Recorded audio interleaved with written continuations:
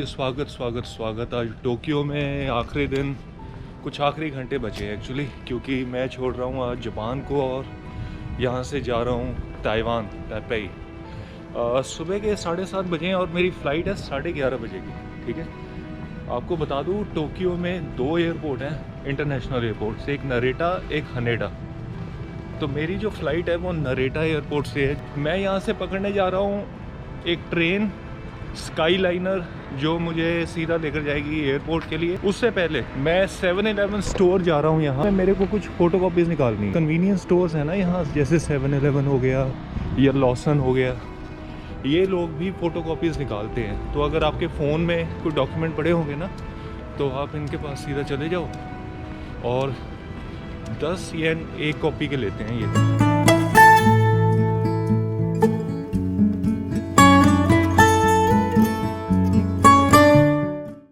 लो जी, ticket ले लिए। 2500 येन की टिकट पड़ी है, यहाँ से 1500 रुपये की। मतलब तो 2 तरह की ट्रेन चलती हैं। एक तो स्काईलाइनर जाती है एयरपोर्ट पे, जिससे मैं अभी जा रहा हूँ और जिसका टिकट प्राइस ज़्यादा है। दूसरी जाती है गिंजो लाइन।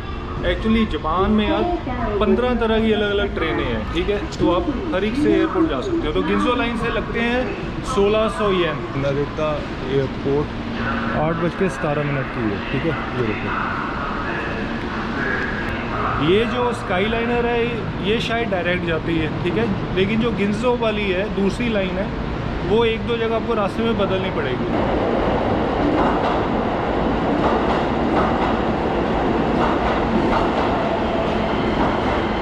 ये वेंडिंग मशीन्स है ना, ये पूरे जापान में लगी हुई है। कुल मिला के 19 लाख वेंडिंग मशीन्स लगाई गई हैं, जिसमें से ड्रिंक्स निकलती हैं, खाने पीने का सामान निकलता है। जापान में या कोरिया में अब किसी भी स्टेशन में चले जाओ, किसी भी सबवे स्टेशन में, मेट्रो में चले जाओ, कहीं कोई आपकी चेकिंग नहीं होती सामान की। जैसे ये अगर हम दिल्ली एयरपोर्ट पे जाएं तो कम से कम सिक्योरिटी स्टाफ खड़ा हुआ है, मेटल डिटेक्टर में से निकलते हैं। यहाँ ऐसा कुछ भी नहीं है, कुछ भी नहीं। मेट्रो में आओ, सीधा एयरपोर्ट पहुँच जाओ, अंदर चले जाओ।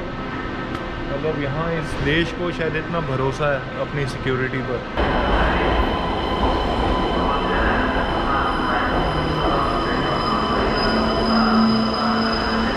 भाई आगे दरवाज़ा खुल गया।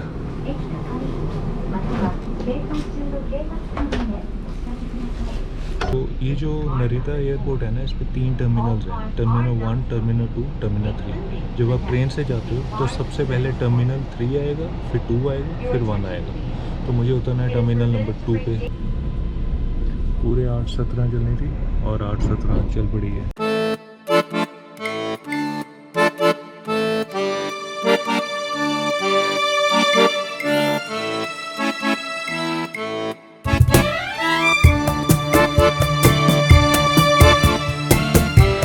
जी पहुंच चुके हैं हम नरेटा एयरपोर्ट के स्टेशन पे। तो ये स्टेशन है टर्मिनल 2 और टर्मिनल 3 दोनों का। अगर आपको टर्मिनल 1 जाना है तो आप अगले स्टेशन पे उतरोगे। तो मैं आपको बता देता हूँ कि मैं जा रहा हूँ ताइवान और मेरे पास ताइवान का वीज़ा नहीं है। हालांकि इंडियन पासपोर्ट होल्डर होने के नाते मेरे पास वीज़ा की बजाय ROC है ताइवान का। मतलब ROC एक सर्टिफिकेट होता है जो आपको मिलता है, और ये सर्टिफिकेट आपको तब मिलेगा अगर आपके पास जापान का, शेंगेन का, ऑस्ट्रेलिया का, US का, कनाडा, UK का कोई भी वीज़ा होगा। तो आप ऑनलाइन जाओगे, एक लिंक है, उसमें अपनी डिटेल्स भरोगे, 1 मिनट के अंदर आपको आपका वीज़ा आ जाएगा। मतलब एक सर्टिफिकेट आ जाएगा, ट्रैवल सर्टिफिकेट। उस ट्रैवल सर्टिफिकेट को यूज़ करके आप ताइवान जा सकते हो। तो मतलब एक तरह का वीज़ा फ्री हो गया अगर मेरे पास जापान का वीज़ा है। और ये जो मैंने बाकी 2 देश बताए हैं आपको, इसकी एक ख़ास चीज़ पता क्या है? ताइवान दुनिया का एक ऐसा कंट्री है जो आपको एक्सपायर्ड वीज़ास पर भी वीज़ा देता है। तो मतलब ज़रूरी नहीं मेरे पास एक्टिव वीज़ा होना चाहिए इस किसी कंट्री का।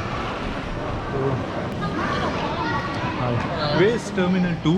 This building is terminal 2, just going upward. Thank you.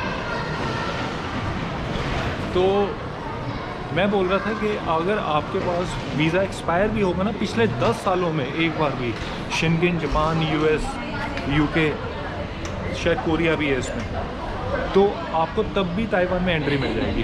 अगर ये नहीं है तो ऑब्वियसली आपको ताइवान एम्बेसी से वीज़ा लेना पड़ेगा, जो मेरे ख्याल से दिल्ली एम्बेसी से 4-5 हज़ार रुपये में मिल जाता है। और जो मेरी एयरलाइन है ना, पहली बार इससे सफ़र कर रहा हूँ, एयरलाइन का नाम है टाइगर ताइवान एयरलाइन। तो जापान से काफ़ी ऐसी बजटेड एयरलाइंस आती हैं। एक तो है पीच एयरलाइन, एक और है jet star Japan. Jet star Japan वालों की है, जो पीच है वो शायद कोरियन है, मुझे एग्जैक्ट पता नहीं है। और ये जो टाइगर ताइवान है, ये तो ताइवान की एयरलाइन है। एक अजीब सी बात है कि एयरपोर्ट के अंदर एंटर हुआ हूँ, कहीं कुछ दिखाने की ज़रूरत नहीं, सीधा मतलब आप टर्मिनल पर ही आ गए हो। लेकिन दिल्ली एयरपोर्ट पे तो एंट्री पे बंदा खड़ा रहता है, पासपोर्ट चेक करता है, टिकट चेक करते हैं, यहाँ कुछ भी नहीं है। तो ये कैफे काउंटर नंबर जी। अरे यार अजीब बात है कि ए से लेकर सारे हैं, लेकिन जी गायब है अभी। पूछता हूँ मैं, Where is G? Counter G. You're here now. G here behind Oh. counter B. Okay This side. Thank you वो पीछे छुपा हुआ है कहीं उस तरफ। ये बड़ा अजीब है, ABCDEFG सब लाइन में होने चाहिए ना। हमेशा की तरह बड़ा एक्साइटेड हूँ चेक इन करवाने के लिए और इमिग्रेशन के लिए। तो चेक इन में क्या क्या पूछते हैं ये एक सस्पेंस ही रहता है, जितने मर्जी कंट्री ट्रैवल कर लो वो एक सस्पेंस रहता है कि पता नहीं चेक इन पे क्या होगा, पता नहीं इमिग्रेशन पे क्या होगा। खैर यहाँ की तो इमिग्रेशन भेज ही देगी, मेन है ताइवान की इमिग्रेशन। होपफुली बोर्डिंग पास मिल जाएगा, ROC सर्टिफिकेट पर दिक्कत नहीं होगी। एक अजीब से किस्म का रिस्क ले रहा हूँ मैं ROC पर ट्रैवल करके।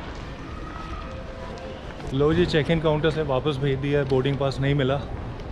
कारण उसका ये बताया गया कि डॉक्यूमेंट्स तो मेरे सारे सही हैं, लेकिन जो मेरे पास ROC सर्टिफिकेट है ना ताइवान का, वो कलर्ड कॉपी नहीं है। तो ये कहते हैं कि मेरे पास ब्लैक एंड वाइट उसका प्रिंट है, तो कहते हैं अब कलर कॉपी निकाल के लेकर आओ, यहीं ऊपर कहीं शॉपिंग मॉल में कलर कॉपी निकल जाएगी और उसके बाद फिर आ जाओ और होपफुली बोर्डिंग पास ले लो।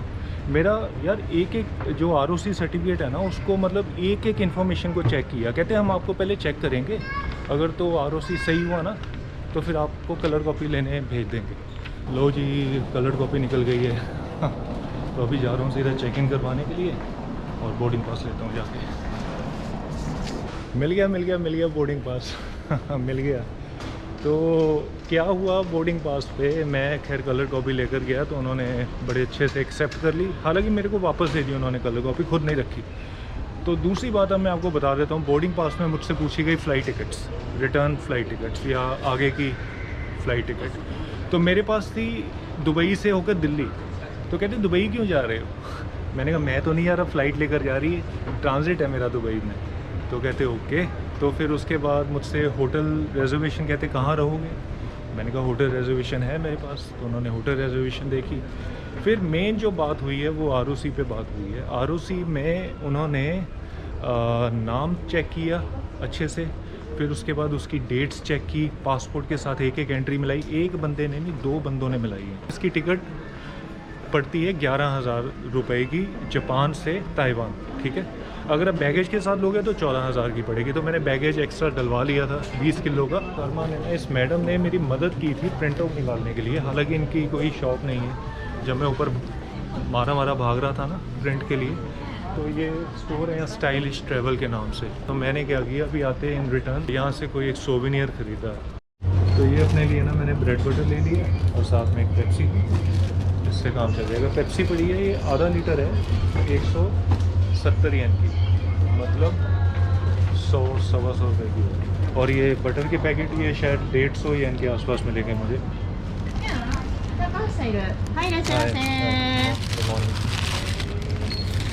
स्पेशली इन्होंने ऑब्जर्वेशन डेक बनाई हुई है, ये मतलब बैठने के लिए कुर्सी और सामने नज़ारा देखने के लिए। भाई मेरे दिमाग में एकदम भूल ही गया कि बोर्डिंग पास लेने के बाद तो मुझे सिक्योरिटी और इमिग्रेशन भी करवाना है। मैं सच में भूल गया था, दिमाग में से निकल गया। मैं ऊपर घूम रहा हूँ आराम से, ओह माय गॉड है, और 10:30 हो चुके हैं, 11:05 पे तो मेरा गेट बंद हो जाएगा।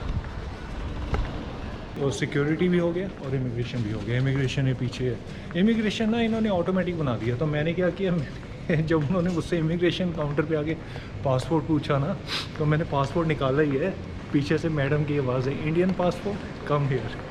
मतलब हमारा पासपोर्ट इतना यूनिक भी नहीं है ब्लू कलर का, लेकिन तो फिर मेरे पासपोर्ट के लिए मैनुअल काउंटर्स बने हुए थे इमिग्रेशन वाले। तो उन्होंने इमिग्रेशन में कुछ नहीं मुझसे पूछा, भाई कहाँ जा रहे हो, वहाँ का वीज़ा दिखाओ, वहाँ का होटल दिखाओ। वो कहते बंदा यहाँ जापान से जा रहा है, यही बहुत बड़ी बात है उनके लिए। लगभग यार मैं देख रहा हूँ कि एयरपोर्ट पूरा खाली पड़ा हुआ है, ऐसे कैसे हो सकता है? मतलब ये सारे गेट से कोई एक भी बंदा नहीं है। पीछे से खैर चलता हुआ आ रहा हूँ, वो देखो वो आखिर तक आपको कितने बंदे दिखेंगे। और बड़ा मेन एयरपोर्ट है ये टोक्यो का, जापान का नरिता इंटरनेशनल एयरपोर्ट। Thank you. तो ये है जी अपना विमान खड़ा हुआ टाइगर एयर। कभी नहीं गया मैं इससे, पहली बार ही होगा।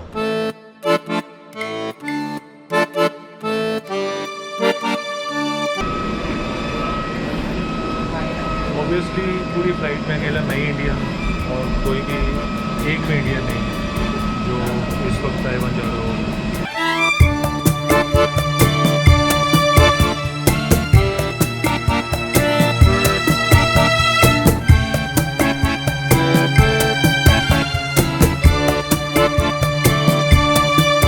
ये जो जितनी छोटी छोटी एयरलाइन है ना, ये बजटेड एयरलाइन जितनी, इनका स्पेस की बड़ी दिक्कत है। ये देखो टांगें उतनी आ रही हैं, सीट भी मतलब वैसी है, ठीक है कोई बात नहीं। हालांकि इसका टिकट प्राइस कम नहीं है, 14-15 हज़ार दे रहा हूँ मैं।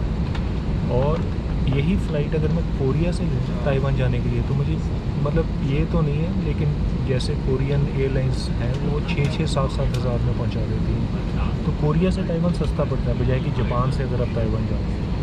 तो कोरिया से टुवे एयर है और जेजू एयर है, ये सब सस्ती एयरलाइन है। इनका 6-7 हज़ार में फुली आपको विद बैगेज के साथ टिकट मिलती है।